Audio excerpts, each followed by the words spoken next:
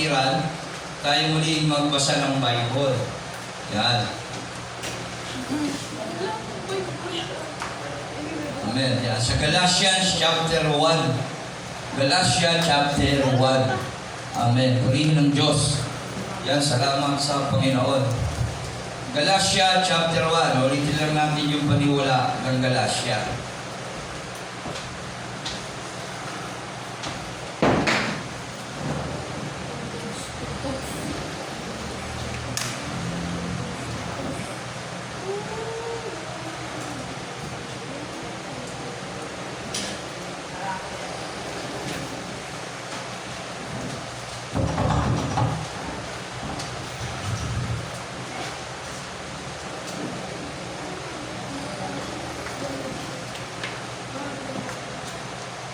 Yan. Galatia chapter 1. Sabi rito sa pasimula, nang may pangaral ang magandang balita tungkol kay Jesus at matanggap ito ng mga hintil. Lumitaw ang katanungan kung ang isang hintil ba na nananalig kay Kristo ay dapat bang pailalim sa kautusan ni Moises? Ayon kay Pablo ay hindi na dapat, sapagkat sa pamamagitan ng pananampalataya ay nagkakaroon siya ng buhay kay Kristo. Dahil sa pananalig kay Kristo, pinawalang sala ng Diyos ang tao sa kautusan ni Moses upang mapawalang sala sa harap ng Diyos. Ang layunin ng sulat ni Pablo sa mga taga-Galatia ay ang mapanumbalik sa tunay na pananampalataya ang mga nadaya ng maling turong ito. Nagsimula si Apostol Pablo sa pangangaral ng pagtatanggol sa kanyang karapatang matawag na Apostol ni Jesucristo. Binigyan niya ng diin na ang pagkatawag sa kanya bilang Apostol ay nagbuhat sa Diyos at hindi sa tao, at ang kanyang mismo ay sa mga misyon ay sa mga hintil. Pagkatapos nito, ipiniliwanag niya na sa pamamagitan ng pananampalatayang magiging kalugod-lugod sa Diyos ang tao. Sa huling kabanata ay pinakikita ni Pablo na ang pamumuhay Kristiyano ay bunga ng pag-ibig na nagmumula sa pananalig kay Kristo. Amen. Yan. Ang pananampalataya ay bunga sa pananalig kay Kristo. Yan. Okay. Purihin ng Diyos. Yun yung panimula. Doon sa Galatia, may nagtuturo kasi na kailangan pa yung utos ni Moises yung kaligtasan. Pero sabi ni Pablo, hindi na. Kasi ito ay buhat kay Kristo. Yung ating kaligtasan ay ibinigay ni Kristo, hindi sa pagsunod sa kautusan na kinuha ni Moises sa bundok ng Sinai, yung 10 utos. Kaya yun, tandaan natin yung 10 utos, hindi yun ginawa para tayo ay maligtas. Kasi baka may magtanong sa inyo, paano ba tayo maliligtas? Sundin mo yung kautusan, mali po yun. Okay? Yung kautusan, yung 10 utos na yun, ibinigay ng Diyos para malaman lang natin yung kasalanan. Para alam natin kung ano yung masama. Yan yung gumagabay sa atin para makilala natin si Jesus. Kaya yung naghahatid, yung kautusan ang naghahatid sa atin kay Jesus. Pinangangalagaan tayo ng 10 utos na yun para lumapit tayo kay Jesus. Kasi yung 10 utos na yun, hindi natin magagawa. Ngayon, paano naman natin yun magagawa? Kailangan natin si Kristo sa ating buhay. Okay? Yun ay pananampalataya kay Kristo. Pag nangyari yun, ipapadala ng Diyos Ama ang banal na Espiritu para sa atin para masugid natin maparangalan ang Diyos at magawa natin yung mga bagay na hindi natin magagawa kagaya ng kautusan na yun. Okay?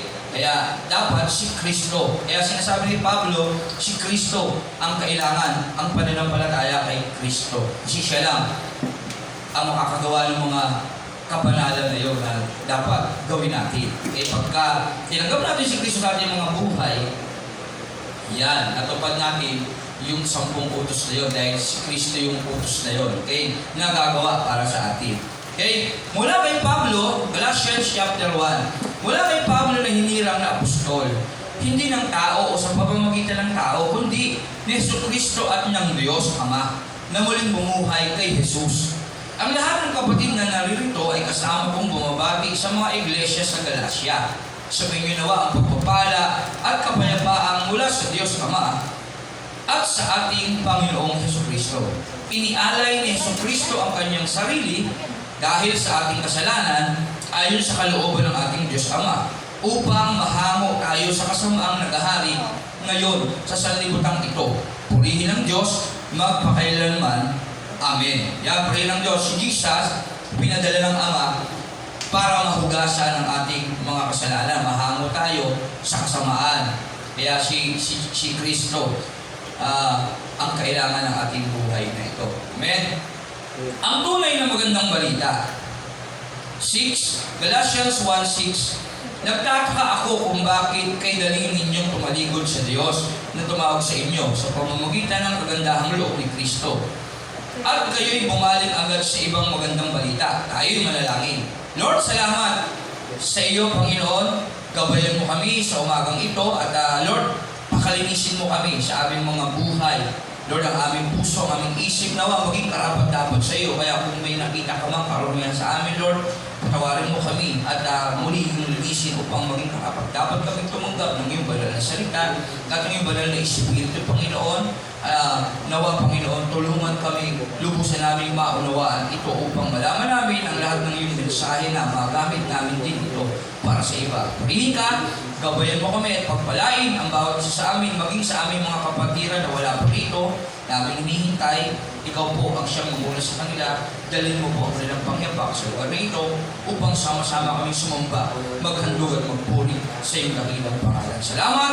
Ito pong lahat ng aming samot dalangin sa pangalan ni Jesus. Amen. Amen. Palakpakan natin ang Diyos. Purihin ang ating Panginoong Jesus. Yan. Ang tunay na magandang balita. Sabi ron, Galatians 1:6, nagtataka ako kung bakit kayo dalhin ninyong tumaligod sa Diyos na tumawag sa inyo sa pamamagitan ng kagandahang loob ni Kristo at kayo'y bumalik agad sa ibang magandang balita. Sabi, parang ang bilis mawala nung salita ng Diyos na narinig nila mula kay Pablo at parang gusto na nila agad tumalikod at naniwala sa iba. Ang totoo ay wala namang ibang magandang balita. Kaya nga lamang, may mga nanggugulo sa inyo at nagsisikap na baguhin ang magandang balita ni Kristo. Yun nga lang, may mga ibang nagtuturo ng panahon na yun sa Galacia na nagsisikap na baguhin yung tinuturo nila Pablo, na wala naman ibang tinuturo sila Pablo, kundi yung magandang balita ni Jesus Christ, yung kaligtasan na mula kay Kristo. Subalit parusahan nawa ng Diyos ang sinuman. Pero sabi ni Pablo, parusahan nawa ng Diyos ang sinuman, maging kami, maging ako, sabi niya gano'n. O maging ako ngayon, na nagsasalita ngayon. O isang anghel man mula sa langit, na mangaral sa inyo ng magandang balita na iba sa ipinangaral namin sa inyo. O pero yung parusahan ng Diyos ang sino mang mga tao na nagtuturo ng salita ng Diyos o maging ng mga anghel. Kaya nga, huwag tayo masyadong mapaniwalain na pinabalaan tayo dito ni Apostol Pablo. Lalo na yung mga hiwaga, mahilig tayong mapaniwala sa mga hiwaga, sa mga magic, sa mga nakikita natin mga kakaiba. Sabi rito, kahit anghel na mangaral sa inyo ng iba na magandang balita. Sabihin, ibang magandang balita yung wala sa banal na kasulatan. Kaya pag may nakita kang anghel na nagturo, nakita mo kahit sa langit, lumilipad, bumaba dyan, at nagpahayag, tapos wala naman sa Bible yung pinahayag niya, huwag niyong paniniwalaan, sabi ni Pablo. Hindi basihan yung anghel siya para paniwalaan. Hindi rin basihan na siya'y isang kagalang-galang na pastor sa tingin mo para paniwalaan o pari man yan para paniwalaan na wala sa banal na kasulatan ang kanyang tinuturo. Sabi doon, huwag niyong paniniwalaan. Kaya huwag tayong masyadong mapaniwalain sa mga kababalaghan na nakikita natin.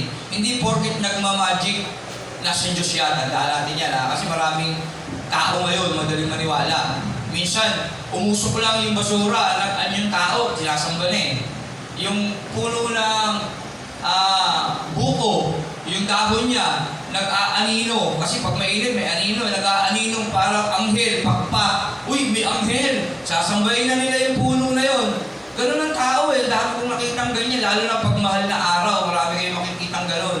Mapapanood nyo sa KMJS. Yan, KMJ, madalas mag-ano yung KMJS ng mga ganyang palabas di ba? Magpakita At hindi lang yun, yung mga sabi-sabi ng ating mga lola, ng ating mga lolo, yun na rin pinaniniwalaan natin.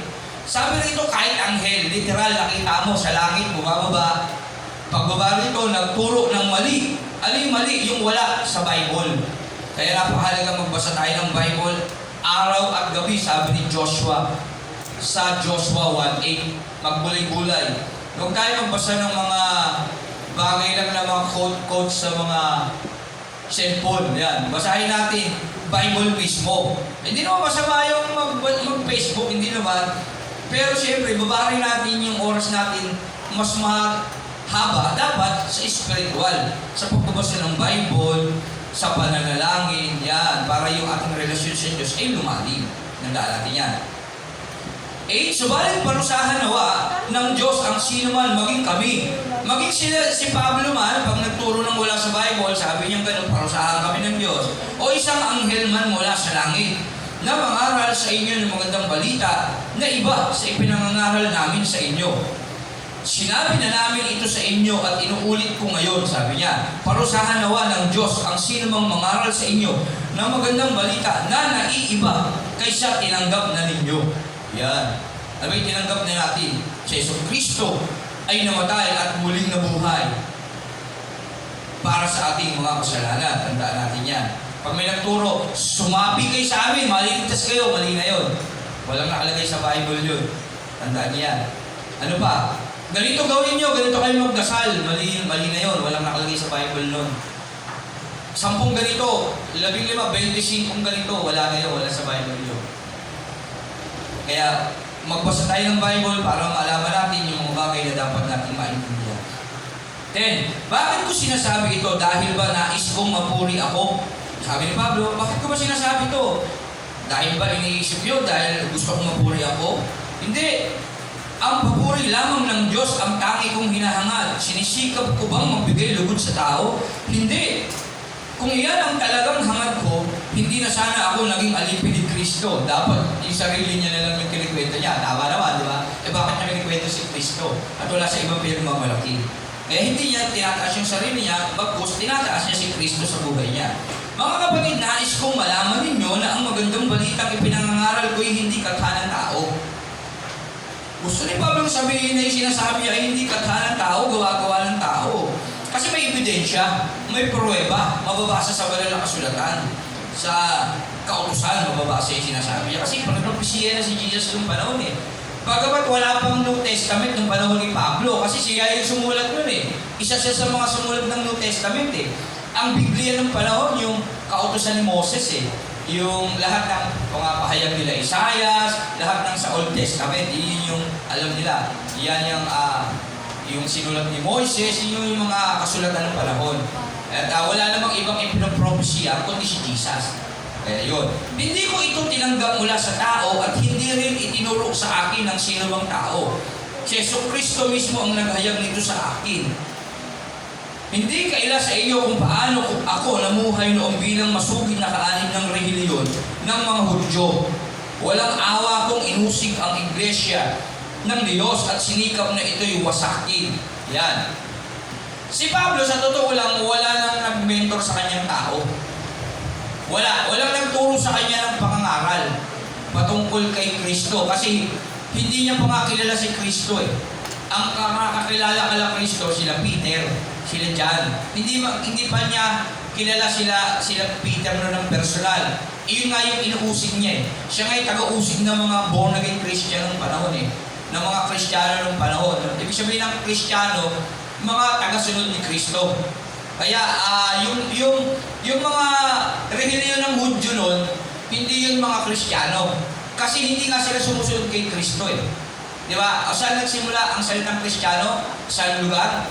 Sa lugar ng Antioquia. At anong ibig sabihin ng pagiging Kristiyano? Taga-sunod ni Kristo.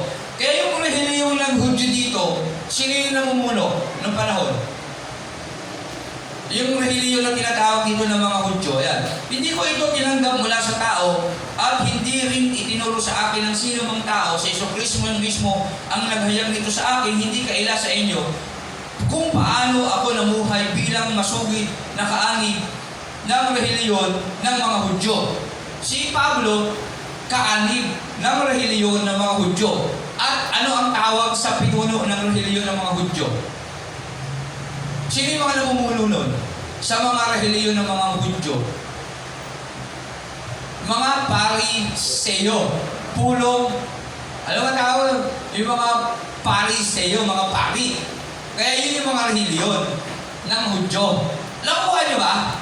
Sila yung nag-aral ng kautusan ni Moses. Yung masihan nila, yung kautusan ni Moses, yung pinanindigan nila. Kaya sa panimula ng Galatia, sabi ni Pablo, hindi tayo maliligtas doon sa kautusan. Ang kaligtasan sa pananalig kay Kristo. Paano maliligtas yung mga pariseo na yon na mga Hudyo? Hindi nga sila sumusunod kay Kristo. Sila nga yung nagpapapatay kay Kristo. Kaya nga si Pablo, binigyan nilang permiso para usigin yung mga born-again Christian ng panahon. Sila Peter, sila John, sila Santiago. Lahat ng mga disipulo ng Kristo, pinapatayin nila yon. At si Pablo ang naatasan para gawin yon. Ang katunayan nga niyan, si Stephen, isa sa mga napatay ni Pablo. Siya yun Si Pablo ang isa sa nandoon na pasimulo. Siya yung leader ng mga, isa siyang pariseo din si Pablo. Kaya mababasa siya sa katuruan, ako isang Hudyo at isa rin akong pariseo, sabi niya sa ibang bahagi ng kanyang mga sinulat. Isa siyang parit din, si Pablo. Isa siyang pariseo. Okay? Kaya, relihiyon, mga Hudyo. Kaya ang relihiyon, hindi pwedeng makapagligtas sa tao yan. Kasi ang relihiyon, ginagawa niya yung alam niyang tama sa kanyang sarili. Okay? Ang ibig sabihin ng relihiyon, pagawa ng mabuti gamit ang sariling kaisipan at kaalaman, kakayahan. Yan ang ibig sabihin ng relihiyon. Kaya ang mga taong ang paniniwala, maliligtas siya sa paggawa ng mabuti, ang tawag doon, religyoso. Religyosong mga tao. Religionist man. Okay? Ang ibig sabihin ng religionist man, mga taong nagsisikap, gumawa ng mabuti gamit ang sarili nilang kaalaman, kaisipan, kakayahan. Religionist man. Kasi ang religion, ang paggawa ng ang kaligtasan ay nakukuha sa paggawa ng mabuti. Okay? Nakukuha ba? Naiintindihan naman. Tama? Naiintindihan? O medyo magulo? Hindi kayo nalilito. Ano yung religion? Paggawa ng mabuti gamit ang sariling kaisipan, kaalaman at kakayahan. Religionist man, mga taong gumagawa ng mabuti para maligtas. Sa madaling salita. Kaya ang paniniwala na pag tinanong mo, paano ka maliligtas? Gumawa ka ng mabuti. Yun, religionist man. Kasi dapat, pag tinanong ka, paano maliligtas? Sumampalataya kay Jesus. Yun yung tinuturo ni Pablo sa Galatia. Tama ba? Kaya yung panimula binasa natin, hindi sa kautusan ni Moises. Kasi yung kautusan ni Moises, yung Ten Commandments, yung Pentateuch, puro yung kabanalan. Huwag kang sasamba sa ganito. Huwag kang gagawa ng ganito. Kailangan pag naghandog ka, ganito. May instruction. Literal yun. Ginagawa mo yung mabuti, literal. Kaya lang kasi, hindi yun nahuhugasan yung dugo mong may kasalanan. Sa totoo lang. Ang maghuhugas doon, si Kristo na namatay sa krus, ang kailangan mo, sumampalataya kay Kristo. Mag-confess. Okay? Kaya may confession na tinatawag. Ayun yung kaibahan ng paniniwala ng mga Hudyo sa paniniwala ng mga Kristiyano. Yung mga Hudyo, nung panahon, mga Pariseo, hindi Kristiyano yun. Kasi ang mga Kristiyano, tagasunod ni Kristo. Tama? Nagsimula magkaroon ng Kristiyano nung dumating na si Kristo at nagkaroon na siya ng mga tagasunod. Okay? Kaya nagkaroon ng mga Kristiyano. Kaya hindi pwedeng Kristiyano yung mga Pariseo, Hudyo ng panahon. Hindi relihiyon ng Kristiyano. Baka sabihin nyo, anong relihiyon namin? Christian. Kaya hindi relihiyon ng Christian, okay? Tandaan niyo yan. Maraming nagsasabing silang Christian. Lahat ng mga relihiyon ngayon nagsasabing Christian sila, naniniwala kay Kristo. Kaya lang, ibang Kristo yung paniniwalaan nila. Yung Kristo na yon, yung estatwa, yung drawing. Hindi yun ang Kristong totoo. Kasi yung drawing na yun, artista yun eh. Hindi naman mukha ni Kristo yun eh. May naiwan bang mukha si Jesus Christ? For example, common sense. Yung pinakalolo ng lolo mo, may picture pa ba? O, di ba? Wala na? Eh, matanda pa si Kristo dun eh. Tama po ba? Kaya paano nagkaroon naging mukha si Kristo? O, hindi si Kristo yun. Ayun ay larawan ng artista na gumanap sa istorya ni Kristo. Kaya pag sinasamba mo yun, sinasamba mo yung artista. Balik ka sa 10 utos. Huwag kang sasamba sa anumang imahe, larawan na iniinyuan. Huwag mo silang yuyukuran. Bakit? Ako ang Diyos na mapanibubuti. Ulitin ko lang, ang larawan ng Diyos na dapat natin sambuhin yung pag-ibig na ginawa niya sa krus, na nakita mo sa iyong puso. Di ba? Yung pananampalataya tawag doon. Faith. At pag-ibig. Naniniwala ka sa pag-ibig ni Kristo na ginawa niya sa krus, na siya'y namatay at muling nabuhay para sa ating mga kasalanan. Amen? Ayan. Okay lang inindihan po ba? Okay na. Kaya noon, kaya tandaan niyo ang Christian, hindi reliyon. Kasi wala pa sa Kristo ng panahon, may reliyon na. Yung reliyon ng mga Pariseo. Ay malinaw na sinabi ni Pablo rito. Hindi ko ito tinanggap mula sa tao. Yung pagiging lingkod niya ni Kristo, hindi naman siya tinuruan ng tao eh. Hindi niya makilala sila Peter eh. Kasi sila Peter yung dinisipulo ni Kristo eh. Sila lang yung nakakaalam ng turo ni Kristo eh. Sila yung umpisa eh. Sila yung unang dinisipulo ni Kristo. Sila ang unang nakakilala kay Kristo. Yung mga turo ni Kristo. At hindi pa kilala ni Pablo sila Peter personal. Inuusin niya nga sila Peter nun eh. Papatayin niya nga eh. Kaya si Pablo, naka-angkla siya sa relihiyon ng mga Hudyo at hindi Christian yon. Kasi Christian si Kristo eh. Sa kay Kristo nagmula ang Christian eh, Kristiyano eh. Tama? Kaya hindi Kristiyano yung relihiyon. Kaya tandaan nyo, tayong mga Kristiyano, hindi relihiyon.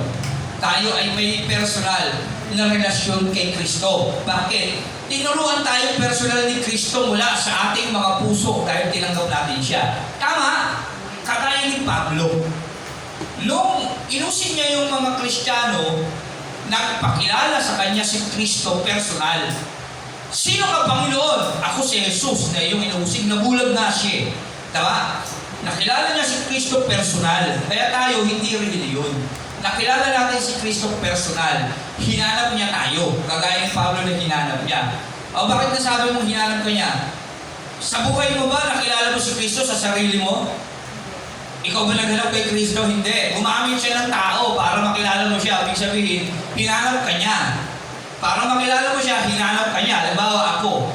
Hindi ako mismo ang lumapit kay Kristo Gumamit muna siya ng tao para sabihin, alam mo bang mahal ka ni Kristo? Si Kristo, pumasa tao na yon kasi yung ginamit ni Kristo na yon nakipag-isa sa Kanya. At yung tao na yun nabubuhay sa buhay ni Kristo, kaya ang kausap ko nun, si Kristo. Yung tao na nagsabi sa iyo, kapatid, alam mo bang mahal ka ni Kristo? Kita tayo sa church sa Sunday Si Kristo yun na nasa sa Kanya. Kasi hindi magpapakita sa iyo si Kristo literal, ang Diyos literal. Hindi ka pwedeng humarap sa Kanya, gagamit yun ng tao. Anong panahon nila Moses, anghel ginagamit. Okay? Diba? Yung puno, nagliliyab. Anghel ng Diyos yun. Ako si Yahweh. Pero hindi si Yahweh mismo yun. Anghel yun. Pinasasabi ni ganito yun. Halimbawa, ako yung Diyos. Uutos ako ng anghel. Anghel, pumunta ka kay Moises. Sabihin mo ito. Ako si Yahweh, ang iyong Diyos. Ang Diyos ng iyong mga ninuno. Ngayon pupunta yung anghel doon. Moises, sabi ng Diyos, ako si Yahweh, ang Diyos ng iyong mga ninuno. Ganun yun. Pero hindi yung Diyos yun. Yung anghel yun na nagsasabi ng sinabi ng Diyos para sa Kanya na sabihin kay Moises. Ganun din sa atin. Sa mga pastor, sa kay brothers, kay sister, gagamitin yan para sabihin sa iyo yung sinabi niya. Kaya ang nagsalita doon, si Kristo, hindi siya. Kasi kung siya magsasalita doon, palpak yun, sigurado yun. Hindi yung sasabihin mo agad ng Kristo. Sabihin nun, di ba, ang pogi ko? Tama? Paparagalan niya yung sarili niya. Tama? Oy, sister, nakita mo ba yung bago kong makeup? Ang ganda, di ba? Gano'n sabihin nun. Hindi sabihin nun, mahal ka ni Kristo, punta tayo church. Tama? Gano'n yung gagamitin ni Kristo yun. Okay? Okay, nalilinawan na. Naintindihan na. Nawa, palakpakan natin ang Panginoon. Pag naiintindihan tayo, banal na Espiritu ang nagpapaliwanag nun sa pamamagitan yan. Ang Diyos yun, okay? Ang Diyos Espiritu Santo na si Jesus, okay? Tandaan. Huwag kayong malilito, ha? Huwag kayong malilito. Isa lang ang Diyos na meron tatlong personalidad, persona. Ama, Anak, at Espiritu Santo. Isa lang. Yan. Isa lang ang Diyos na meron tatlong personalidad, okay? Persona, okay? Ama, Anak, at Espiritu Santo. Kaya purihin ng Diyos. Alam ko, maiintindihan din natin yan pagdating ng panahon na talagang hilingin natin sa Kanya, Lord, maintindihan at paunawa mo sa amin ang lahat ng mga bagay na dapat namin malaman. Amen. Yan. Hindi ko ito tinanggap mula sa tao, well. Ayan. Kasi hindi na wala nang turo kay Pablo ng istorya ni Kristo. Alam, hindi na-encounter niya mismo si Kristo personal. Nabulag siya eh. 3 araw. Kaya yung, ano ba, Brother Joshua, wala ba? Lobat? O, lobat. Wala. O, yung istorya ni Pablo na na-encounter niya si Jesus. Anong books ba yun? Gawa ba yun? Acts, ano yun? Pakihanap na yan sa Acts. Hindi ko magalaw doon. Hindi ko gala. O, gawa. In-search mo nila yung, sino ka, Panginoon? Ako si Jesus na yung inuusig. Nakalimutan ko anong chapter eh. Yan. Yung nagpakilala sa Kanya. Kasi hindi siya tinuruan nila Peter. Kasi hinahanap niya nga sila Peter, anong action? Acts 9:5. O sige, pakibasa. Acts 9:5. Kung sino ko. Sige po. Sino kayo, Panginoon? Tanong niya. Ako si Jesus, ang iyong inuusig. Tugon ng tinig sa Kanya. Yan, yung sa taas, yung bago yun doon. Yung bago doon. Verse 1. Oo. Acts 9. Samantala, patuloy ang pagbabanta ni Saulo na may papatay ang mga alagad ng Panginoon. Lumapit siya sa pinakapunong pari ng mga Hudyo at humingi ng mga sulat para sa mga sinagoga sa Damasco upang madakip niya at madala sa Jerusalem ang sino mang lalaki o babae na matagpuan niya roong kaanib sa daan ng Panginoon. Naglalakbay si Saulo papuntang Damasco at nang siya'y malapit na sa lungsod, biglang kumislap sa paligid niya ang isang nakakasilaw na liwanag mula sa langit. Natumba siya sa lupa at narinig niya ang isang tinig na nagsasabi, Saulo, Saulo, bakit mo ako inuusig? Sino kayo, Panginoon? Tanong niya. Ako si Jesus, ang iyong inuusig. Tugon ng tinig sa kanya. Amen. O, pero yung si Kristo mismo ang nagpakilala sa pamamagitan ng liwanag. Okay? Nakita niya, nakakasilaw. Nagulat siya kasi hindi nga niya pwedeng makita yung kagandahan ng Diyos. Liwanag. Talagang sa sobrang kabanalan ng Diyos, talagang si Pablo nabulag. Ayan, kabanalan ng Diyos, presensya ng Diyos. Kahit yung mga panahon ni Jesus Christ, yung mga anghel na nakikita ng mga alagad ng panahon, nasisilaw sila, natutumba. Kasi ganoon ang presensya ng Diyos. Amen? Amen po ba? Kaya si Jesus mismo nagpakita. Hindi sila Peter ang nagturo sa kanya. Kaya ang sabi ni Pa, hindi ko ito tinanggap, Galatians 1:12, mula sa tao. At hindi rin ito itinuro sa akin ng sino mong tao. Si Jesucristo mismo ang naghayag nito sa akin. Hindi kaila sa inyo kung paano ako namuhay noong bilang masugid na kaanib. Yun yung supporting verse niya. Ilusig niya yung iglesia eh. Kaanib ng relihiyon ng mga Hudyo. O yung relihiyon tignan niyo yung relihiyon ng mga Hudyo. So ibig sabihin yung Christian, hindi relihiyon. Kasi wala pang Kristiyano nung panahon ng mga Hudyo na yon. Wala pa si Kristo nun eh. Hindi nila nga pinaniwalaan si Kristo eh. Ang Kristiyano nagmula kay Kristo. Pangalan niya nga yun eh. Kristo. Di ba? Baka sabihin niyo kasi hindi apelido ni Kristo yun. Christ Ano apelido ni Kristo? Ano Jesus? Christ, hindi po Kristo, ibig sabihin Christ Savior. Yan, okay? Wala pa si Jesus, hindi nila pinaniniwalaan si Jesus, kaya hindi relihiyon yung Kristiyano, okay? Relihiyon ng mga Hudyo. Relihiyon nila Pablo. Walang awa kung inusig ang iglesia ng Diyos at sinikap na ito'y wasakin. Okay?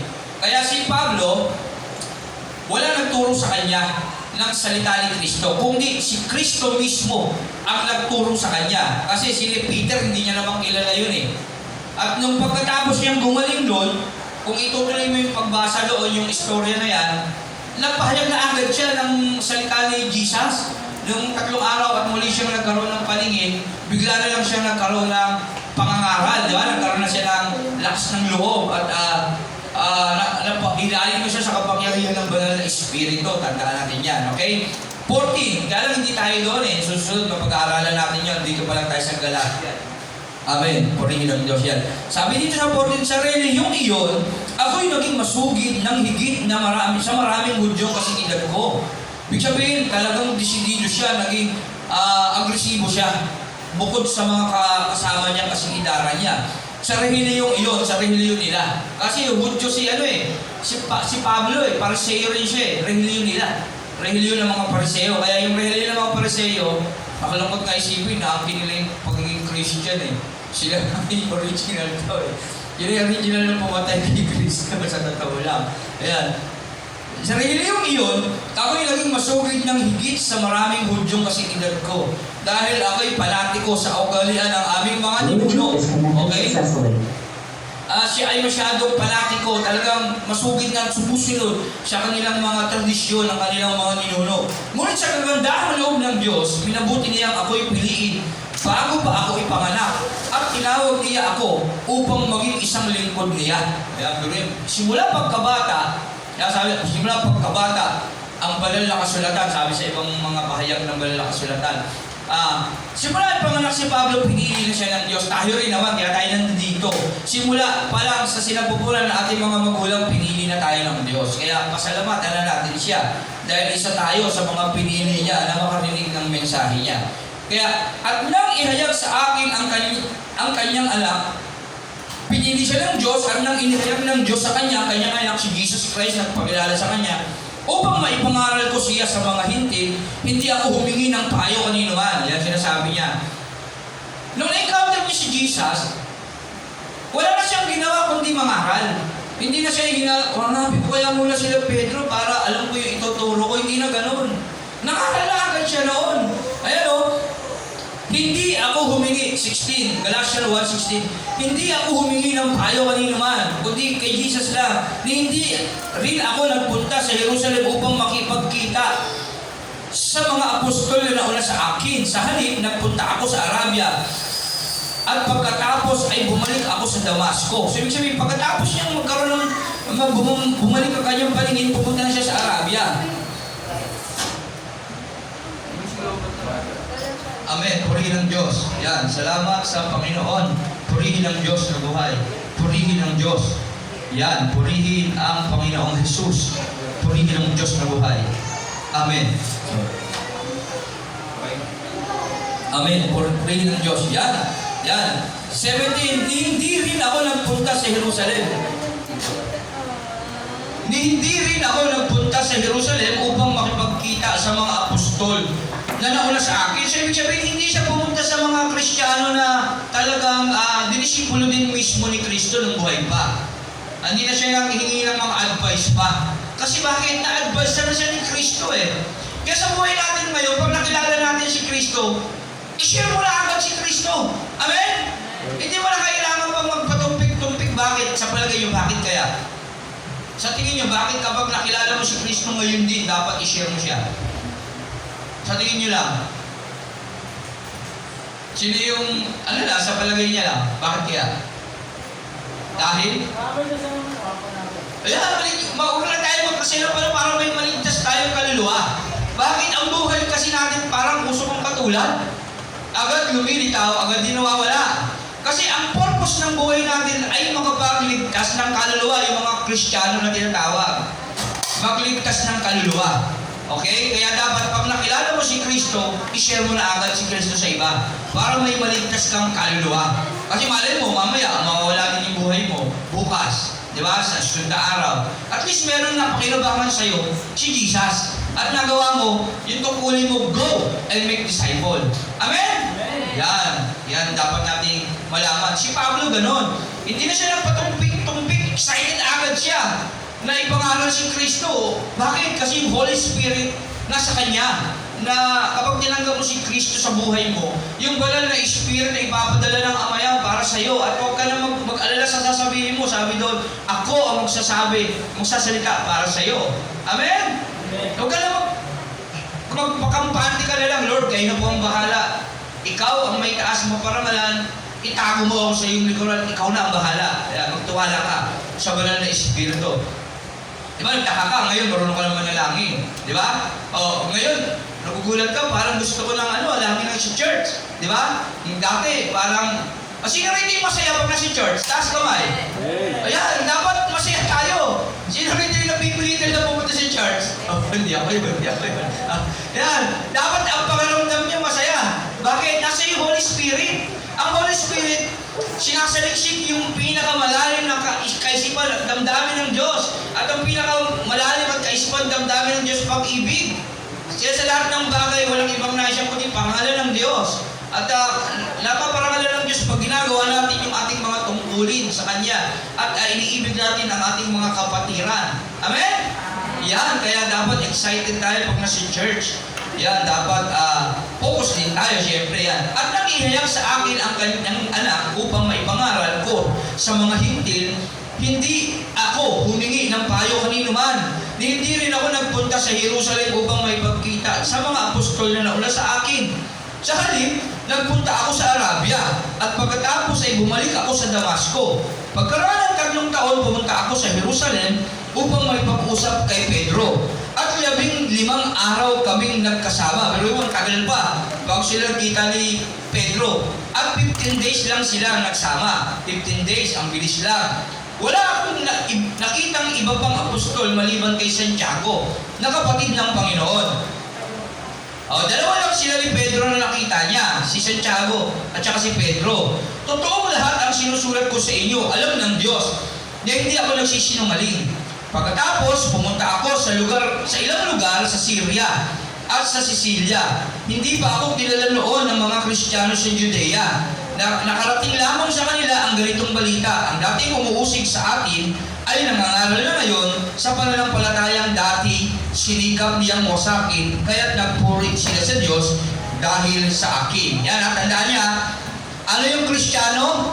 Relihiyon ba ito? Hindi. Hindi.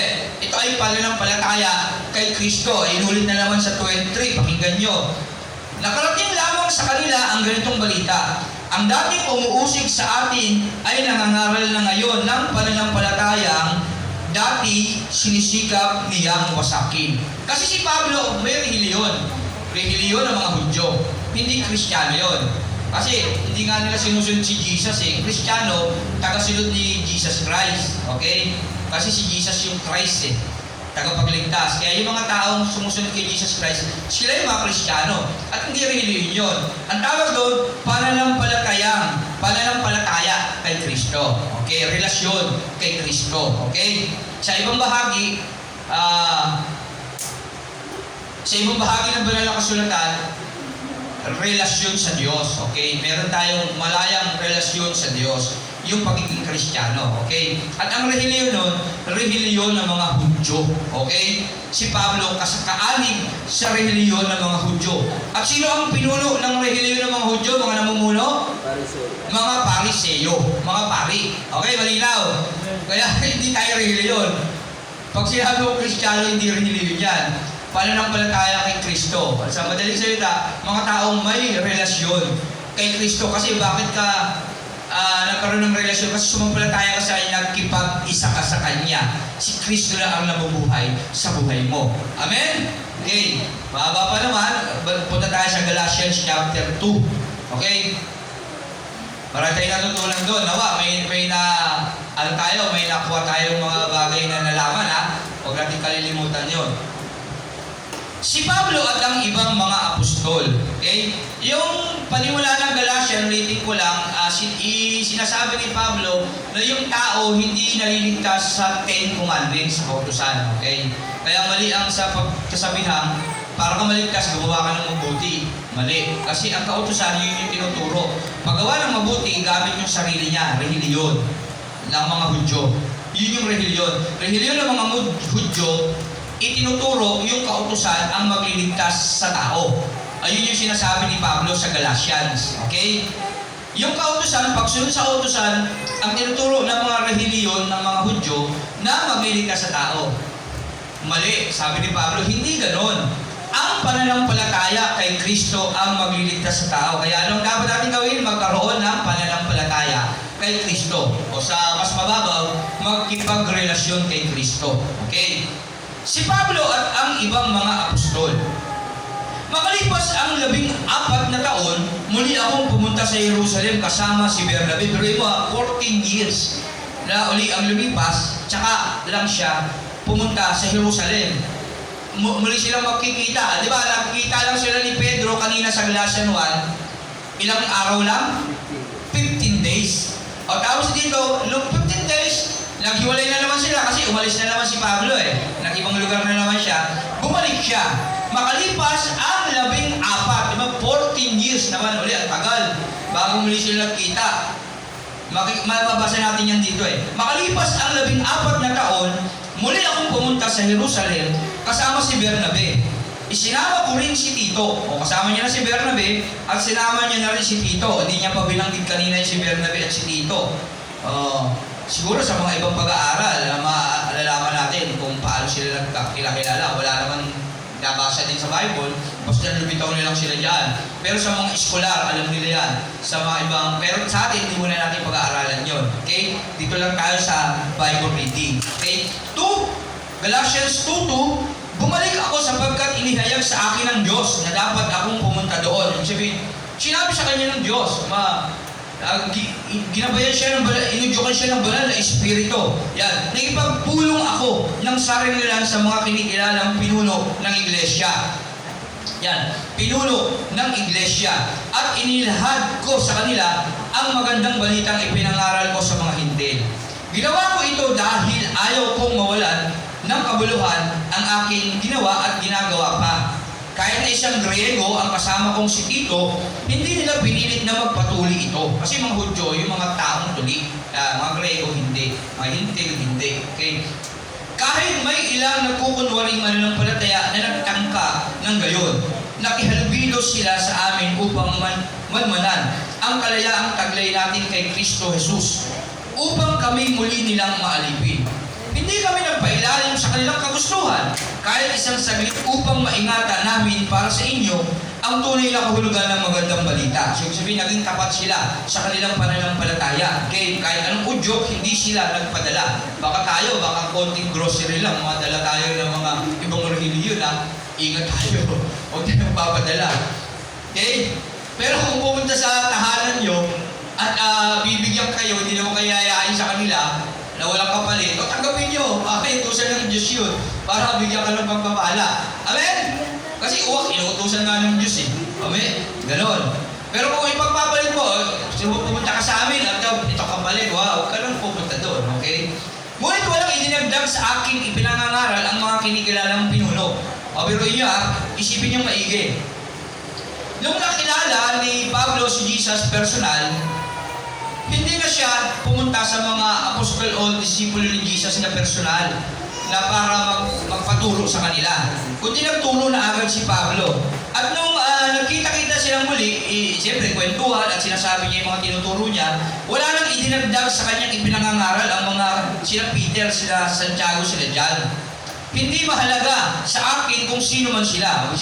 Hindi mahalaga kay Pablo kung nauna man silang nakilala nila si Kristo. Sapagkat walang itinatangi ang Diyos, sapagkat pantay-pantay lang sa mata ng Diyos at walang tinatangi. Tandaan natin, lahat tayo ay pantay sa paningin ng Diyos. Pero Pastor, bakit dapat kami makinig sa iyo? Kasi kami ginagamit na tagapagturo. Yun yung namin gift eh. Nagpapahayag ng salita ng Diyos. Kung hindi kayo matututo, kung hindi kayo makikinig. Pero sa pag-ibig, pantay-pantay lang tayo. Kaya lang, dahil kami ang inatasan ng Diyos mangaral, kailangan nyo makinig para matuto kayo ang kanyang mga salita. Alam po ba? Yan. Okay. Ngunit walang idinagdag sa aking ipinangangaral ang mga kinikilalang pinuno. Hindi mahalaga sa akin kung sino man sila sapagkat walang itinatangi ang Diyos. Sa halip, kinilala nila ako, pinili ng Diyos upang mangaral ng magandang balita sa mga hintil. Okay? Si Pablo nangangaral sa mga hindi Hudyo. Sila Pedro sa mga Hudyo. Okay? Tulad ni Pedro na pinili naman upang mangaral ng magandang balita sa mga Hudyo. Ang Diyos na nagbigay ng kapangyarihan kay Pedro na mangaral sa mga Hudyo, ang siya ring nagbigay sa akin ng kapangyarihan mangaral sa mga hintil. Amen? Nakita nila Santiago, Pedro at Juan, sila yung mga leader na una na talagang nagpasimula ng pananampalataya kay Kristo, si Santiago, Pedro at Juan, na mga kinikilalang 12 yun, marami sila haligi ng iglesia na ako'y talagang binigyan ng tanging kutungkulin na ito. Kaya tinanggap nila kami ni Bernabe bilang mga kamanggagawa.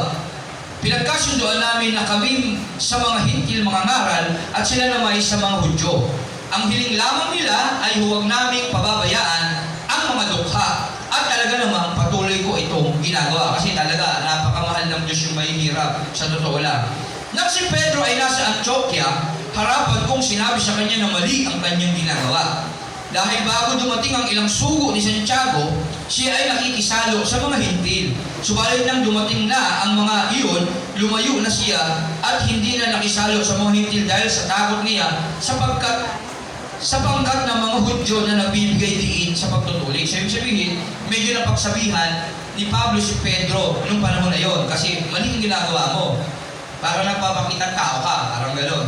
At pagka nandiyan yung mga Hudyo, lumalayo ka sa mga hindi, diba? Dahil takot ka sa mga pangkat nila na nag-aano sa pagtutuli. Yan. At yung gumaya naman sa kanila ang iba pang kapatid doon ng mga Hudyo, pati si Bernabe, kasama niya, ay natangay ng kanilang pagkukunwari. Okay, mali. Gusto ni Pablo sabihin, dapat maging tapat tayo sa ating pananampalataya. Dapat maging tapat tayo sa Diyos. Dapat maging tapat tayo sa ating sarili. Okay? Nang makita kong ang kanilang kinikilos ay hindi ayon sa tunay na diwa ng magandang balita, nagpaalala si Pablo sa madaling salita. Sinabi ko kay Pedro sa harapan nilang lahat, kung ikaw ay isang Hudyo na namumuhay na parang hintil, at di bilang Hudyo, bakit mo ngayon pinipilit ang mga hintil na mamuhay gaya ng mga Hudyo? Kami pinanganak na Hudyo at hindi makasalanang hintil. Gayunman, alam namin ang tao ay pinawawalang sala dahil sa pananampalataya kay Kristo at hindi dahil sa pagsunod sa kautusan. Kaya kami rin ay sumasampalataya kay Kristo Jesus upang mapawalang sala sa pamamagitan ng pananampalataya sa Kanya at hindi sa pamamagitan ng pagsunod sa kautusan. Sapagkat ang tao ay hindi pinawawalang sala dahil sa pagsunod sa kautusan.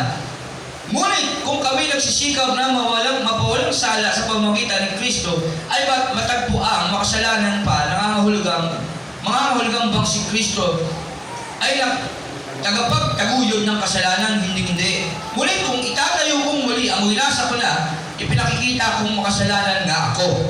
Ako'y namatay na sa kautusan, sa pamamagitan rin ng kautusan upang kayo mabuhay para sa Diyos.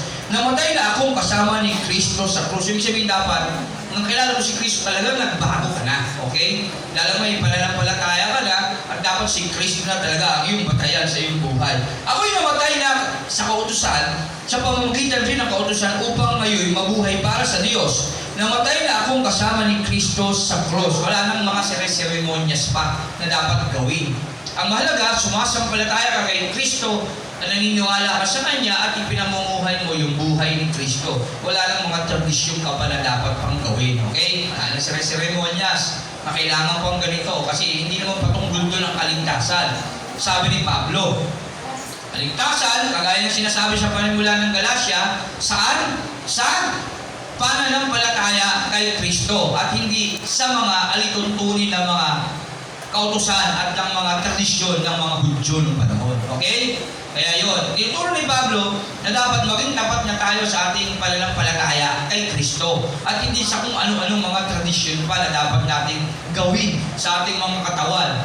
Ang kahawak ito, wag gagawa nito, wag kakain ito. Hindi po tungkol kasi sa ganun ang kaligtasan.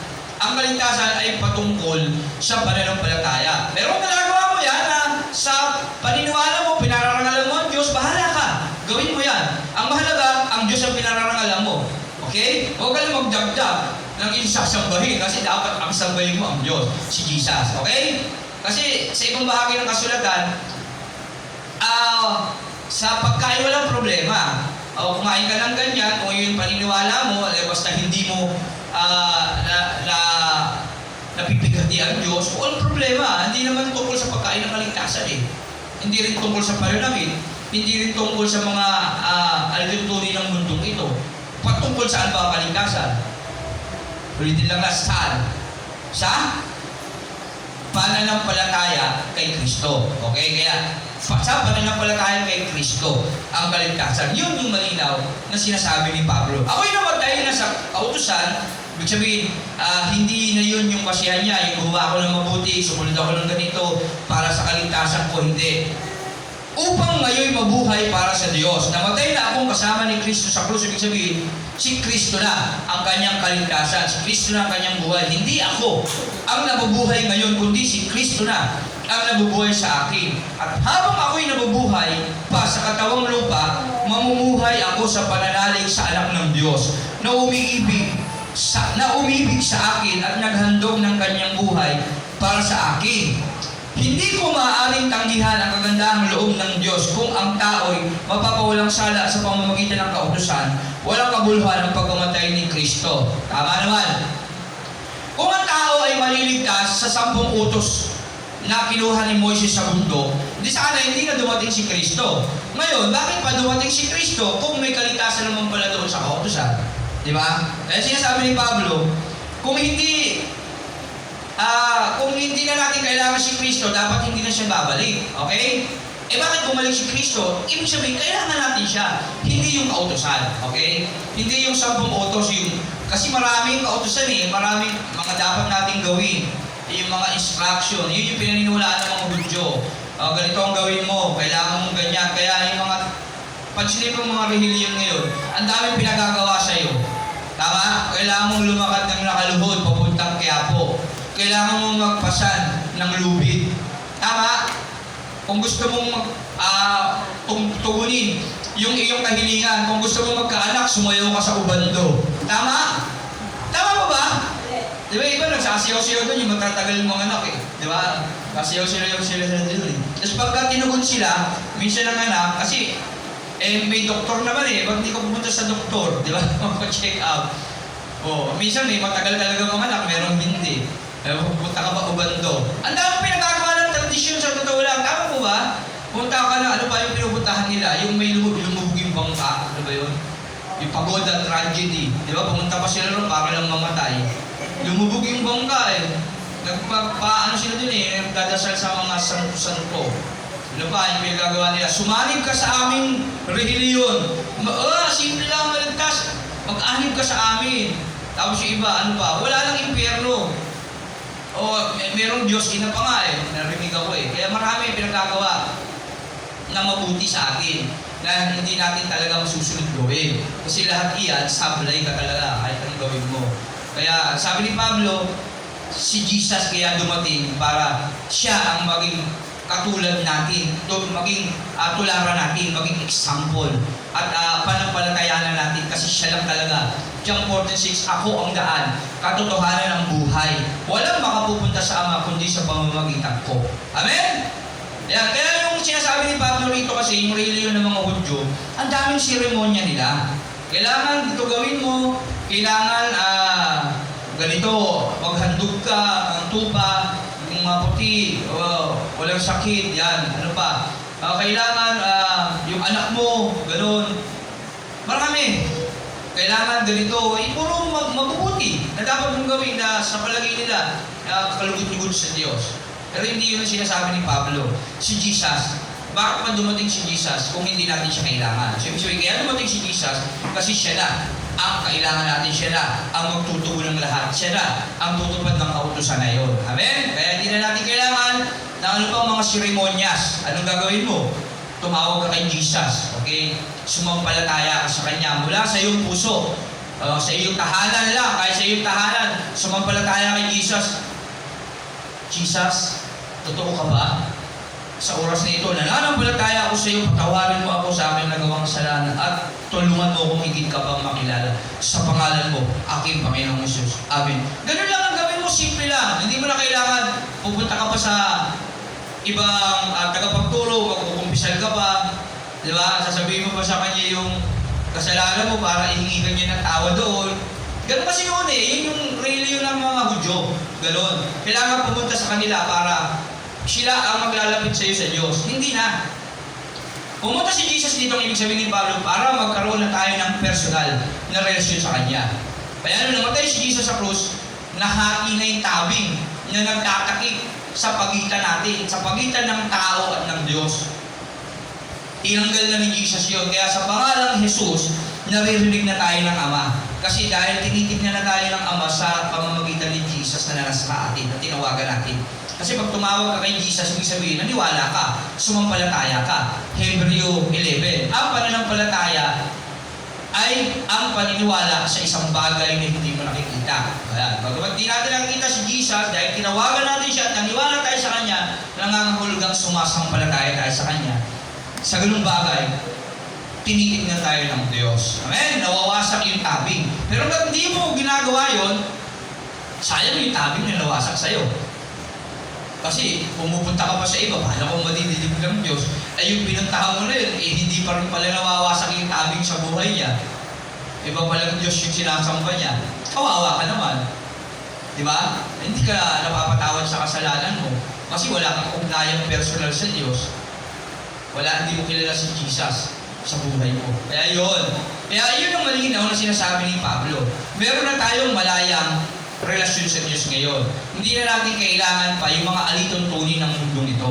Okay? Ang kailangan lang natin sampalatayanan si Jesus at mabuhay sa buhay niya. Kaya binanggit niya, hindi ako ang nabubuhay 20, Galatians 2:20, hindi na ako ang nabubuhay ngayon, kundi si Kristo na ang nabubuhay sa akin.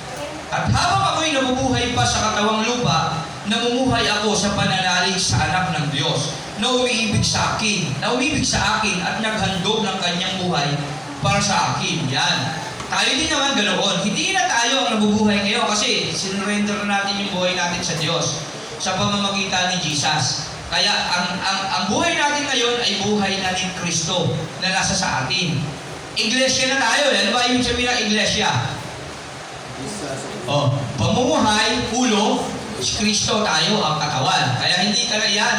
Si Kristo na yan na nasa iyong ulo. Kaya pag tinignan ka ng Diyos sa mukha, ang nakikita ng Diyos sa mukha mo si Kristo. Kasi siya na yung ulo natin. Tayo na yung parte ng katawan, sumusunod na tayo sa Kanya. Amen po ba? Ayan si Pablo, yun ang sinasabi niya. Ang tawag doon, iglesia. Hindi rin reliyon yun. Okay? Ang iglesia, tayo. Tayong mga individual na tao na pinananahanan ni Jesus sa ating puso. Tayo na mga tumanggap kay Jesus bilang hari natin siya, Panginoon at Diyos. Ano ibig sabihin nun? Tinanggap mo siya bilang hari, Panginoon at Diyos. Ano ibig sabihin ng tatlo na yun? Hari, Panginoon at Diyos? Sinusunod. Siya yung pinaka-pinuno mo. Okay? Kasi yung hari, pinuno yan eh. Ano yung Diyos? Sinasamba mo. Ano yung Panginoon? Namumuna sa'yo. Kaya siya, yung namumuna sa'yo, siya yung nasa ulo mo. Nasaan ba yung utak mo?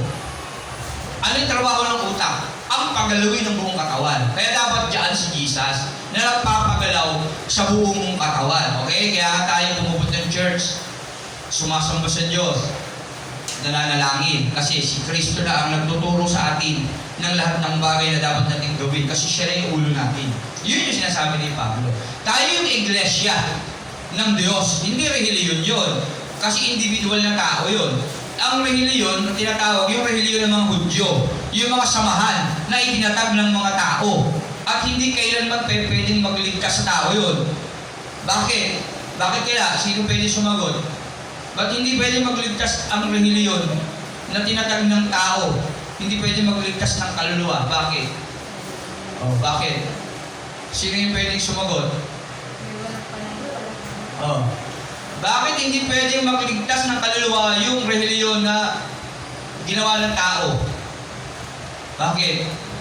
Kasi hindi naman yung buhay nila yung napako sa krus. Tama? Ang nagliligtas sa tao yung paghuhugas ng kasalanan natin at dapat banal na dugo na nanggaling dapat kay Kristo sa krus dapat bumuhos. Okay? Hindi sila yung napako sa krus. Halimbawa, sino ba yung kinikilala natin sikat na leader ng reliyon? Bigyan lang isa. Sige, ibuloy na lang. Kasi wanted naman siya. Okay? Kasi siguro walang mga miyembro ng ibuloy, wanted naman siya. Di ba? Hindi siya yung napako sa krus. Nakita niyo ba siyang pinako sa krus at namatay at muling nabuhay? Hindi! Kaya hindi niya pwedeng hugasan yung kasalanan natin. Okay? Kahit idalangin niya pa nga tayo, Ibuli, pwede ba panalangin mo ako, sabihin mo sa Diyos, linisin? Hindi! Ikaw yung dapat gagawa nun. Iko-confess mo sa sarili mong labi. Okay? Kasi dapat ikaw yung personal. Hindi kita pwedeng iligtas. Pwede lang akong gawin ng Diyos sa ikaliligtas mo. Tuturuan kita ng paraan para maligtas. Kaya ito yung tungkulin namin mga tagapagturo. Okay po ba? Pero ang gagawa ng kaligtasan, yung free will mo na nasa sayo. Kaya nga, kung ipahayag ng 1 John 1:9, pakibasa. 1 John 1:9. Yan, meron na tayo. 1 John 1:9. Pakinggan nyo maigi yung pananalita na ginamit Basahin na. Subalit, kung ipapahayag natin sa Diyos. Sino yung pagpapahayag? Natin. Sino yung tinutungkol natin? Tayo. Individual tayo. Sarili natin. Subalit kung ipapahayag ng ating sarili, pinakamababaw, ng ating sarili sa Diyos, ang ating mga ating sariling kasalanan, maaasahan natin patatawarin tayo ng Diyos. O, ngayon, palitan mo yan. Subalit kung ipapahayag niya, wala nakalagay niya. Tama, wala. Kasi hindi ka pwede pupunta ka sa pari. Pastor, hihingi mo po ako ng tawad sa Diyos. Walang nakalagay na niya. Kung di ang nakalagay dyan natin, individual, sarili natin. Okay? Kapag nakalagay dyan niya, pwede. O kung nakalagay dyan, subalit kung ipapahayag niya sa Diyos, maniwala ka, pumunta ka sa pari, sa pastor, ihingi ka ng tawad nun, yun, okay, patatawa. Kaya lang, hindi niya nakalagay Ano yung nakalagay? Natin. At sinundan pa Diyos ang ating sarili natin. Di ba? Mga kasalanan, maaasahan nating na naman, nating patatawarin tayo. Siguro, kapag pumunta ka sa Kanya, huwag ka na umasang patatawarin ka. Kasi maaasahan natin. Di ba? Dapat ikaw ang tatawag at maasahan mo sa sarili mong patatawarin ka niya dahil sa pananampalataya mo kay Kristo. Amen? Tayo sa Diyos sa mga ito at lilinisin tayo sa lahat ng ating kasalanan sapagkat siya ay tapat at matuwid. Amen? Palakpakan natin ang Diyos. Hindi na natin kailangan lumapit sa kung sino-sinong tao. Okay? Kasi tayo mismo sa sarili nating free will, magagawa natin tumawag kay Kristo. At ilapit tayo ni Kristo sa Diyos. Si Kristo ang tagapamagitan ng tao sa Diyos. Kaya kailangan natin tanggapin si Kristo bilang ulo. Dahil pag tinanggap natin si Kristo bilang ulo, ang tingin sa atin ng Diyos, si Kristo. Kaya lang, baka ma-misinterpret kayo, baka, ako si Kristo. Magiging tayo yan, di ba? Mapapimbabaw, hindi. Nabubuhay ka sa buhay ni Kristo. At ano yung buhay ni Kristo? Yung the best na katangian ni Kristo na naglalarawan sa Kanya. Maliban sa makapangyarihan siya. Yung pinakakatangian niyang the best na dapat siyang tularan natin. Yun, bagamat siya ay Diyos, di niya pinagpilitang mabuhay, pantay ang Diyos. Siya ay nagpakumbaba. Kaya dahil sa kapumbabaan na yun, ibinigay sa Kanya ang pangalan. Higit sa lahat, anong pangalan yun? Pangalan ng Diyos. Okay? Saan magtatagpuan? John 17, 11, and 12. Okay? Pangalan ng Diyos, ibinigay sa Kanya. Kaya yung pangalang Jesus, pangalan ng Diyos na ibinigay sa anak. Kasi nagpakumbaba siya, na bagamat siya Diyos, ay hindi siya nabuhay Diyos dito sa mundo. Nabuhay siya na pangkaraniwang taong kagaya natin. At tiniis niya ang lahat dahil mahal niya tayo. Amen? Okay, kaya ang pangalang Jesus, nataglay-taglay niya makapangyarihan. Dahil yun, ang pangalan ng Diyos na ibinibigay ng banal na kasulatan sa atin. Pangalan ng Ama na ibinigay ng banal na kasulatan. Okay? Ano ba? Pagkakilala nila sa pangalan, ang binigay sa atin ng banal na kasulatan, pangalan Jesus. Okay po ba? Tama ba? Ang pangalan Jesus, makapangyarihan. Okay? May autoridad. Okay? Napaka-makapangyarihan ng pangalang Jesus. At yun ay taglay ng anak ng Diyos. Ng Diyos anak. Okay? Naiintindihan po ba? Maraming pag-aaral dyan tungkol sa pangalan ng Diyos. Maraming pag-aaral dyan, pero dito lang muna tayo. Okay? Binabasa lang natin yung Galatians. At sa awat hawag ng Diyos, pinililiwanag natin ng mas mababaw. Okay? Na mas maiintindihan. Okay? Okay na. Meron tayong personal na. Kaya yun sinasabi ni Pablo. Hindi nyo na kailangan pumunta pa sa mga kautusan ni Moises. Kasi ang kautusan ni Moises, pupunta ka doon para ihandog yung kasalanan mo. Okay? Yun ang sinasabi ni Pablo. Paano ka maliligtas? Kailangan mo kasi mahugasin yung kasalanan mo. Hindi ka kasi maliligtas pupuntang langit nang hindi ka banal. Walang papasok na hindi banal sa langit. Hindi tayo banal eh. Tao tayo, makasalanan tayo eh. Ngayon, yung kautusan ni Moses, sinuturuan tayo, pumunta tayo maghandog ng mga handog literal para mahugasan kasalanan natin. Yung sabi ni Pablo, hindi mo na kailangan yun, mga seremonya pa. Ang kailangan natin ngayon, si Kristo. Kasi bakit pa dumating si Kristo kung kaya naman palang ibigay ng kautusan yung kaligtasan? Tama ba? Ay maliligtas ka naman pala sa pagsunod mo sa kautusan. Bakit pa darating si Kristo? Di ba? Bakit? Ano ba dahilan? Di ba? Kaya ang malaking katibayan niya, kaya dumating si Kristo, hindi na kasi natin kailangan yung kautusan. Ang kailangan natin si Kristo. Kaya anong dapat natin gawin? Magkaroon tayo ng personal na relasyon kay Kristo at hindi reliyon yun. Okay? Ang reliyon ng mga Hudyo. Tama? At ng mga reliyon na tinatag ng mga tao ngayon na hindi makakapagdugtong ng relasyon natin sa Diyos. Bakit? Kasi hindi sila yung namatay sa krus. Hindi yung dugo nila banal na bumuho sa krus. Naintindihan po ba? Mababaw na pagpapaliwanag po yun. Kasi malalim po ang salita ng Diyos, sa awat habag ng Diyos. Pinapaliwanag natin sa mas mababa kapaliwanagan. Amen po ba? Palakpakan natin ang Diyos. Yan. Natututo tayo. Nawa, meron tayong natututunan at pag may nagtanong sa atin, walang din natin ipaliwanag. Tandaan yan. Kaya naganda ka, nagnono. Ano yung iglesia? Ano yung reliyon? Ano yung kaligtasan? Ano yung kaligtasan? Pananampalataya kay Kristo. Yun yung tinuturo ni Pablo. Hindi natin kailangan kautusan. Pananampalataya kay Kristo. Ulitin ko lang, ang kautusan ay banal. Okay? Patuwid at banal. Okay? Kasi ang kautusan, bakit binigay ang kautusan? Para verify ang kasalanan, para malaman natin ang paglabag. Malaman natin ang bawal. Pero may mga babala, bawal magtapon ng basura. Kasi kung walang nakasulat dyan, pwede ka magtapon. Tama? Kaya sa kautusan, huwag kang papatay.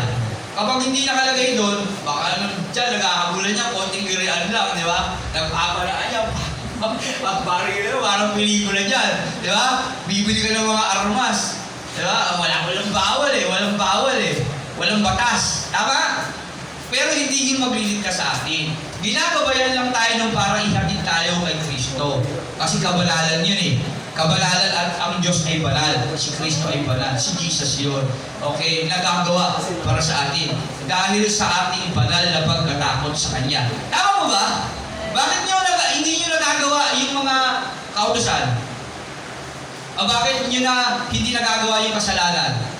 O bakit nyo na nasusunod yung kautusan? Yun yung tanong. Bakit? O ito. Ay parang hindi nyo gano'ng maintindihan yung tanong eh. Bakit hindi nyo na ngayon nagagawa yung masama?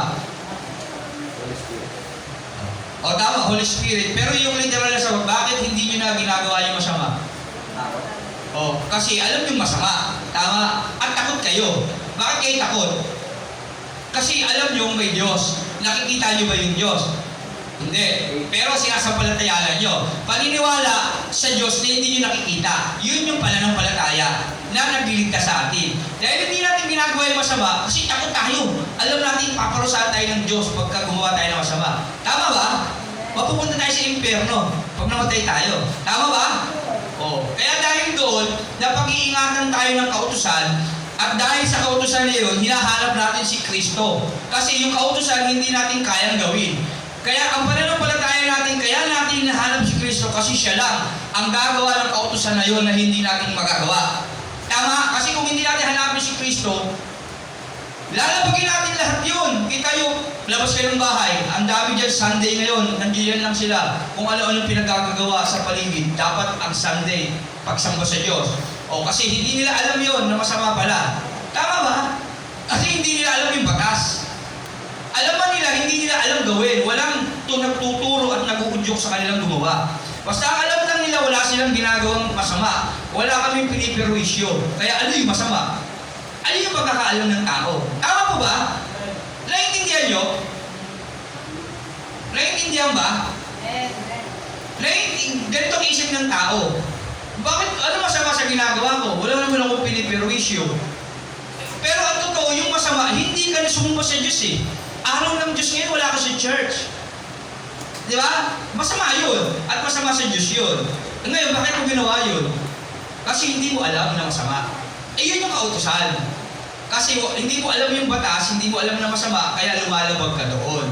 Yun. Kaya yung kautusan, kapag nalaman mo yan, ay, masama pala yun, hahanapin mo si Kristo. Kasi ikaw hindi mo magagawa yan, siya ang gagawa niya para sa iyo. Medyo naiintindihan ko ba? O medyo magulo?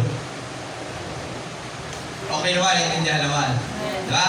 Yung mga tao hindi nakakaalam ng kautusan at hindi sumusunod sa kautusan, hindi kilala si Kristo. Tandaan niyo yan. Kasi kung kilala nila si Kristo, magagawa nilang sundin yun kahit hindi sila perfecto. Okay? Bakit? Si Kristo kasi ang gumagawa noon para sa atin. Ayun yung sinasabi ni Pablo sa 20. Galatians 2:20, hindi na ako ang nabubuhay ngayon, kundi si Kristo na ang nabubuhay sa akin.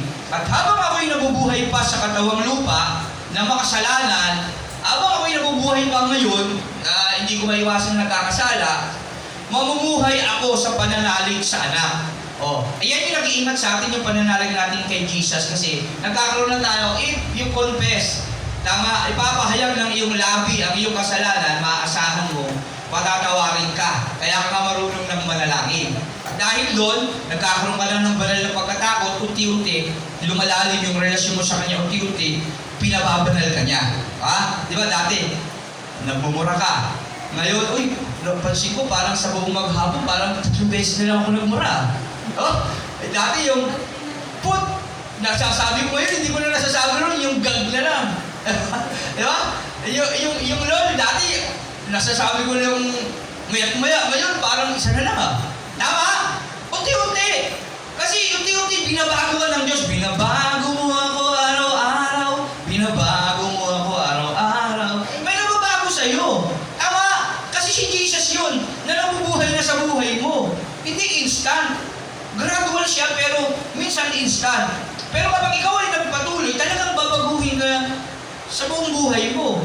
Magiging buhay na handog, banal at kalugod-dugod sa Diyos ka na talaga. Kasi pababanalin ka ni Kristo. Amen? Kasi hindi ka pwede pumunta ng langit pag hindi ka banal.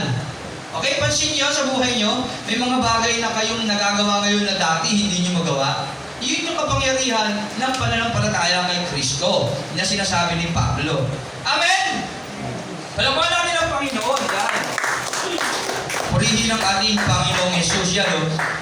At habang ako'y nabubuhay sa katawang lupa, mamumuhay ako sa pananalig sa anak ng Diyos. Ganyan na tayo ngayon. Na umibig sa akin at naghandog ng kanyang buhay para sa akin. Ba, naiisip mo lang, hindi na ako gagawa ng masama.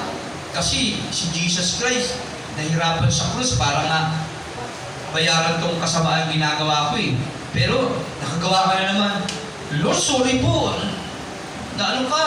Nasaktan kita. Di ba? Ganun na yung pakiramdam mo.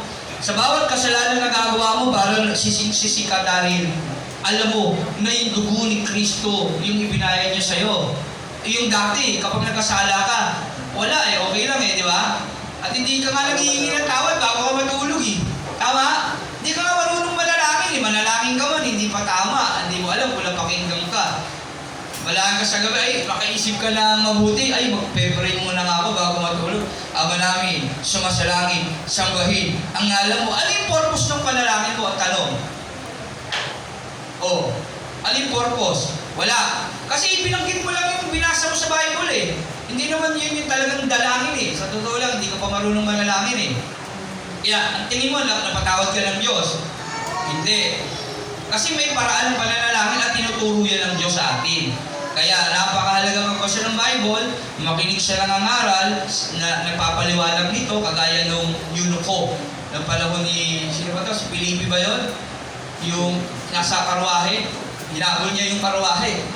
Nagbabasa yung eunuko ng Bible ng kautusan Sabi ni Felipe, naiintindihan niyo po ba yung binabasa niyo? Sabi ng eunuko, ano yun matalino yun, hindi niya maintindihan yung Bible. Bible yun kautusan yun Paano ko itong maintindihan?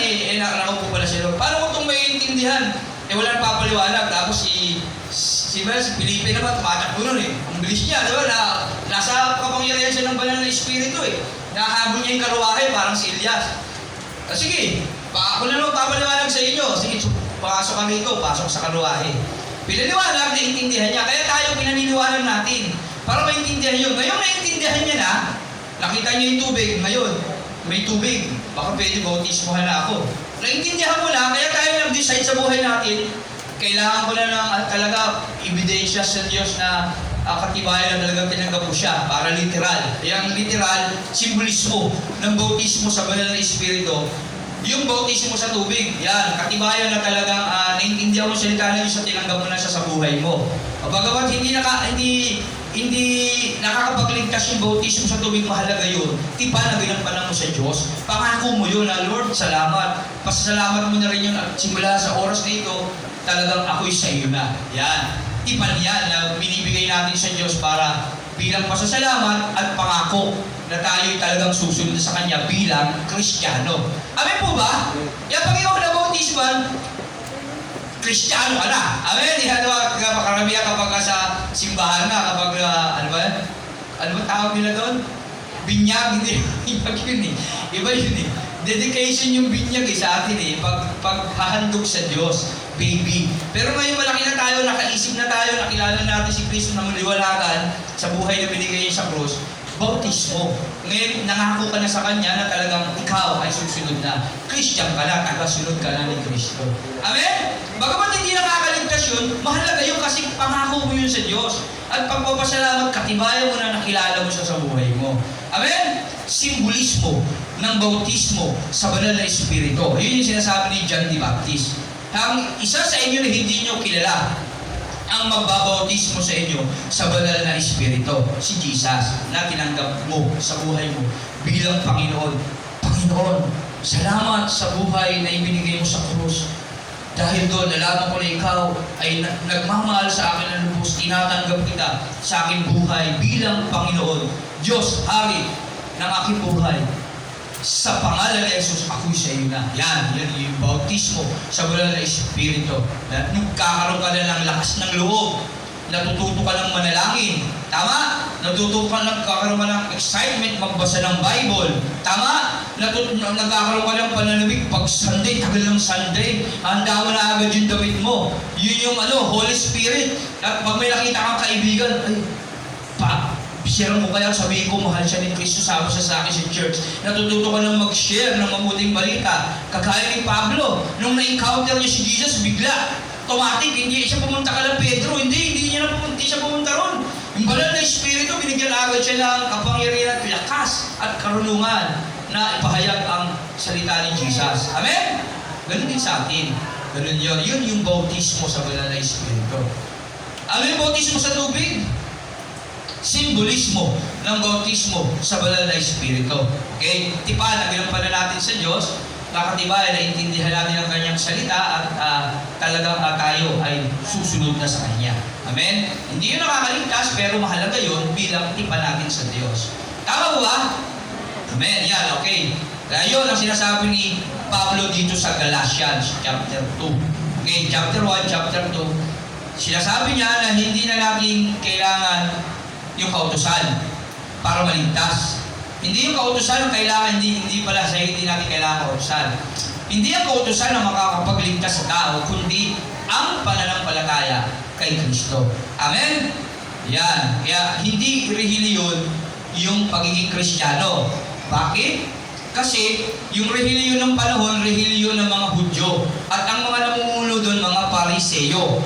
Nagkaroon ng mga Christian nung dumating na si Jesus at nangaral na siya, nagkaroon na ng mga disipulo siya. Nandun na sila Pedro, sila yung mga unang Kristiyano na sabi ng Antioch, taga-sunod ni Kristo. Kaya si Kristo, hindi Kristiyano yung mga Hudyo. Bakit? Hindi sila naniniwala at taga-sunod ni Kristo. Maliwanag. Inuusin pa nga nila si Kristo. Okay? Kaya nga si Pablo, nung nakilala niya si Kristo, bumaliktad. Sinunod niya na si Kristo. Isa na siyang Kristiyano. Kaya tayo mga Kristyan, hindi tayo relihiyon. Tayo ay may mga personal na relasyon sa Diyos sa pamamagitan ni Kristo. Sa pananampalataya kay Kristo. Amen na? natin sa ating mga buhay bilang Hari, Panginoon at Diyos sa ating buhay ito. Amen? Palakpakan natin ang Panginoon. Nawa, tayo na pagpala sa amin ng buhay at banal na salita. May tanong ba? Gusto nyo maintindihan pa na medyo naguguluhan kayo. Ano kaya yung kanina? Parang nakakalito Paulit-ulit lang pero nakakalito pa rin Baka may gusto kayo tanong. Okay? Yung sa Galatia sabi ni Pablo, hindi yung kautusan magliligtas sa atin. Para lang pala tayo kay Jesus at pinaliwanag niya yun. Okay? May tanong ba? Wala na. Ano yung relihiyon noon nila? Relihiyon ng mga Hudyo. Okay. Hindi yun Christian kaya ngayon kasi lahat ng relihiyon naniniwala kay Kristo. Christian Hindi. Ang Christian yung mga taong sumusunod kay Kristo lang. Kapag hindi ka sumusunod kay Kristo, kahit tinatawag mo Kristiyano sa sarili mo, hindi ka totoong Kristiyano. Okay? Yun yung totoo. Kaya yun.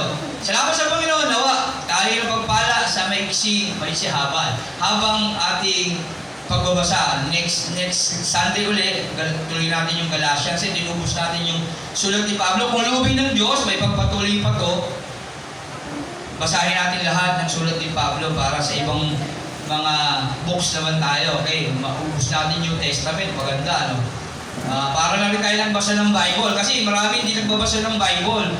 Kaya ang purpose nito, makapagbasa tayo ng buo ng Bible. At least man lang, dito sa church. Okay, kahit paunti-unti, kahit isang chapter, 2 chapter. Ngayon, 2 chapter tayo. Kaya, nawa, loobin ng Diyos, maubos natin itong buong Bible. Amen. Loobin ng Diyos sa ating mga buhay. Kung hindi niya pa tayo kukunin. Mas dyan, nakakaba naman kayo. Parang, kukunin na tayo. Hindi, huwag kayo matatakot sabihin nyo. Talaga naman ganun di ba? Wala pala tayo kay Kristo hanggang nabubuhay tayo. Kung kalooban niya, malaman pa natin yung mga bagay na dapat natin malaman. Amen? Palakpakan natin ng Diyos. Tayo'y manalangin. Lord, salamat Panginoon sa umagang ito. Salamat sa iyong mga mensahe na aming natutunan. Purihin ka sa lahat ng papuri, pasasalamat at pagsamba sa dakilang mong pangalan. Aming Panginoong Isus na aming tagapagligtas. Amen. Palakpakan